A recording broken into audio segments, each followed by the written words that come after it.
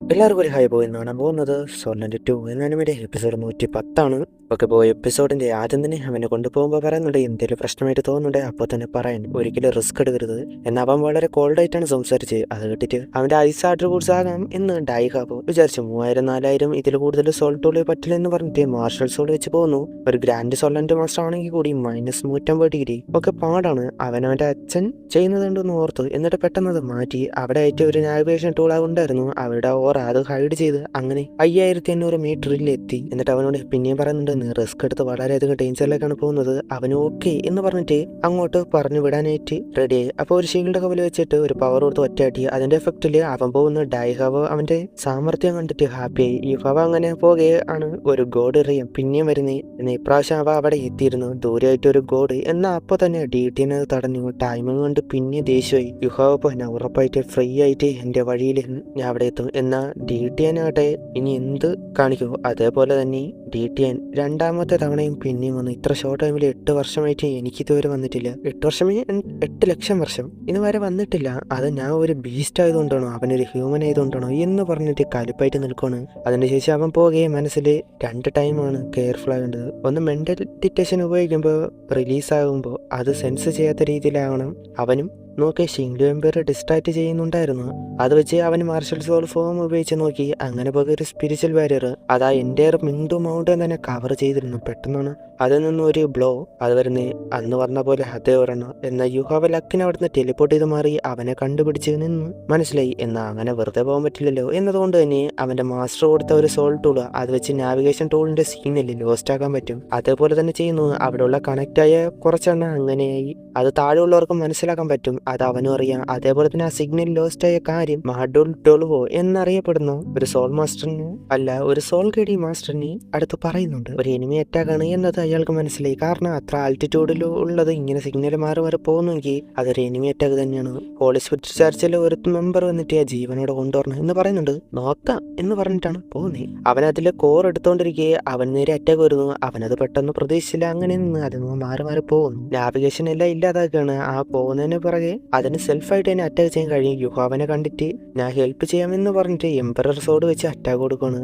അതോടെ അതെല്ലാം ഇല്ലാതായി. അപ്പോൾ ഉണ്ട് അങ്ങോട്ട് വരുന്ന ബാൻഡുൽ ടൊളുവോ അതായത് വാങ് ഈഹ് ഇവൾ സോൾഗഡി മാസ്റ്റർ. പിന്നെ അവരവിടെ നിന്ന് പോകാനായിട്ട് തുടങ്ങി. അതോടൊപ്പം അവന്റെ കയ്യിലുള്ള എക്സ്പ്ലോഷൻ സാധനങ്ങളെല്ലാം അവിടെയുള്ള നാവിഗേഷനിലേക്ക് ഡ്രോപ്പ് ആകുകയാണ്. പിറകെ തന്നെ അയാളും ഉണ്ട്. അയാൾ പിടിക്കാനായിട്ട് ഒരു സോൾ ടൂൾ വെച്ച് അറ്റാക്ക്. അവന്റെ നേരെ ഒരുപാട് കാനോൺസ് അത് വരുന്നു. അത് അവന്റെ അടുത്ത് വന്ന എക്സ്പ്ലോഷൻ ആകുന്നു. അതിനുള്ളിൽ തന്നെ അവൻ ആ നാവിഗേഷനെല്ലാം ഡിസ്ട്രോയ് ആകുന്നുണ്ട്. കുറെ നേരം അങ്ങനെ ഫോളോ ചെയ്ത് പോയി. ഒരു ടൈമിൽ അയാളുടെ അടുത്തെത്തി. അങ്ങനെ ചെന്ന് കയറി നിന്നെ പിടിക്കും എന്ന് പറഞ്ഞ അറ്റാക്ക് യുഹാവ ഒരു സ്പിരിച്വൽ അറ്റാക്ക് കൊടുത്ത് അത് അയാൾ ഷീൽഡ് പോലുള്ളത് വെച്ച് തടയുന്നു. ടോട്ടലി ബ്രേക്കായി. യുഹാവ മനസ്സിലായി ഇയാള് 9 ലെവൽ സോൾ ഗഡി മാസ്റ്റർ ആണ്. അതിന് അയാൾക്ക് ചോദിതുണ്ട്. എന്നാൽ ചെറിയ പരിക്ക് ഞാൻ കൊടുത്തു ഇത് മതി എന്ന് പറഞ്ഞിട്ട് എന്തോ ഒന്ന് അവൻ പ്ലാൻ ചെയ്തു.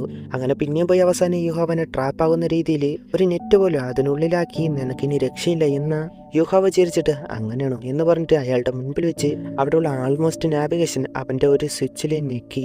അതോടെ അതെല്ലാം ടോട്ടലി എക്സ്പ്ലോഷൻ ആയിട്ട് മാറുകയാണ്. എല്ലാം പൊട്ടി ആ ഏരിയയിലുണ്ടായിരുന്നു. എന്നാൽ അത് ഇഷ്ടമാതിരി ഉണ്ടായിരുന്നു. അങ്ങനെ അതുകൊണ്ട് നിങ്ങൾക്ക് യുഹാവ സ്വൈപ്പ് അത് യൂസ് ചെയ്തിട്ട് അവിടെ നിന്ന് മാറി അവിടെ യൂസാണിച്ച് വന്ന് ആ ഷീൽഡ് തടഞ്ഞു. ഞാനാ വന്ന് ഹെൽപ്പ് ചെയ്യുന്നുണ്ട്. അയാൾക്കൊന്നും മനസ്സിലാകുന്നില്ല സംഭവം.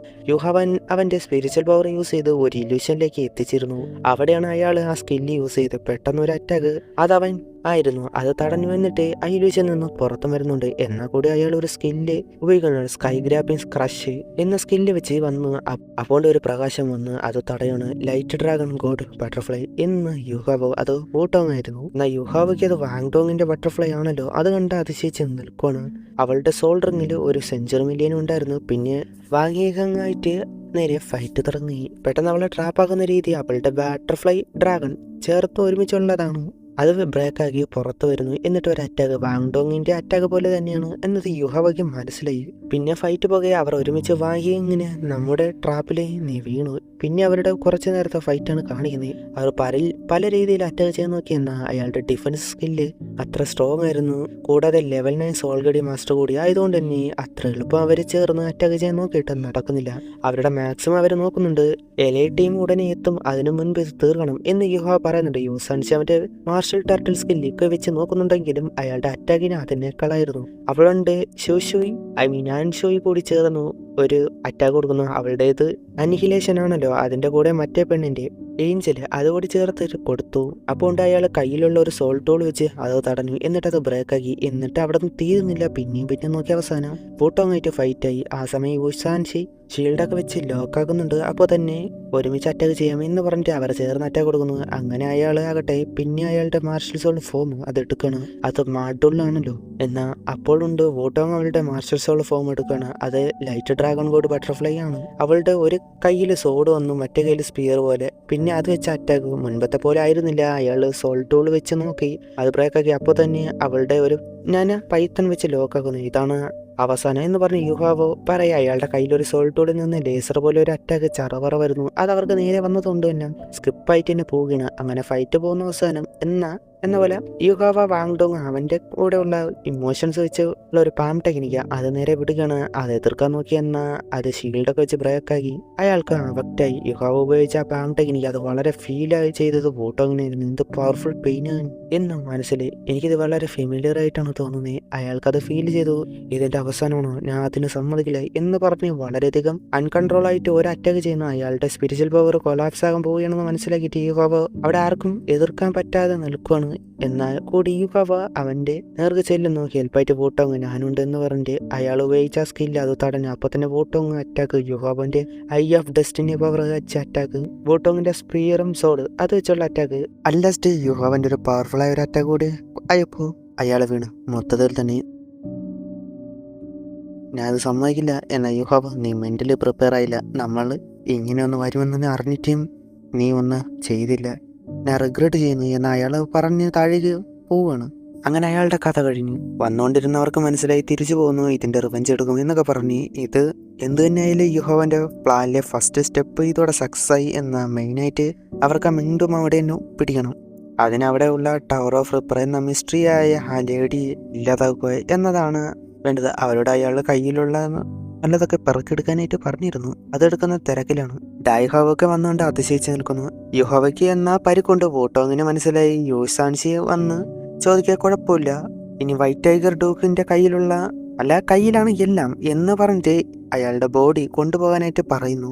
യുഹാവ വന്നിട്ട് 3000 മീറ്റർ മുകളിൽ ഉപയോഗിക്കാൻ പറ്റുന്ന നാവിഗേഷൻ ടൂള് ആ കോറ് അത് കൊടുക്കുകയാണ്.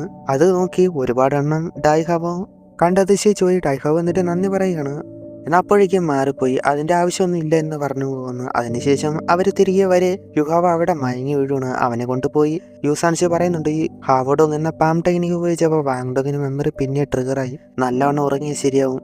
ഇത് ദൂരെ നിന്ന് സങ്കടത്തോടെ വൂട്ടോങ് കാണുന്നുണ്ട്. അവന്റെ മനസ്സിലാകട്ടെ വാങ്ഡോങ്ങിന്റെ ചിന്തകൾ തന്നെയാണ്. ജീവനോടെ ഉണ്ടോ ഇല്ലെങ്കിൽ എന്നെ കൂടി കൊണ്ടുപോകുന്നൊക്കെ. വണ്ടർലയിൽ ടൂർ പോയേക്കെന്നാണ് വിചാരം. അവൾ മുൻപ് ഉപയോഗിച്ച ആ ടെക്നിക്ക് എനിക്ക് എത്രത്തോളം പെയിൻഫുൾ ആയി എന്ന് തന്നെയാണ് വൂട്ടോങ് ആലോചിക്കുന്നത്. അപ്പൊ ഇനി എന്താകുന്ന അടുത്ത എപ്പിസോഡ് കാണൊക്കെ. ബൈ.